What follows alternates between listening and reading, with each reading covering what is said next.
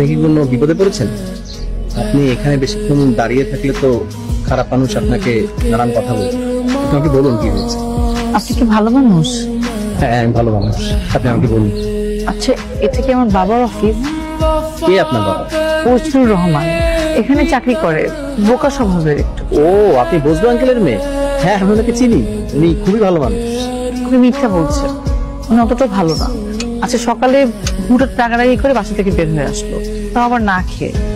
কার সাথে রাগারাগি করেছে? মায়ের সাথে। ওনার জন্য খাবার এনেছিলাম।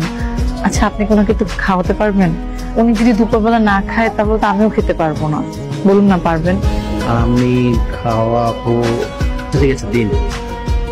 আর শুনুন, খাওয়া শেষ হলে টিফিন ক্যারিয়ারটা আমাকে ফেরত দিবেন। আমি এখানে অপেক্ষা করছি। আসলে আমাদের বাসায়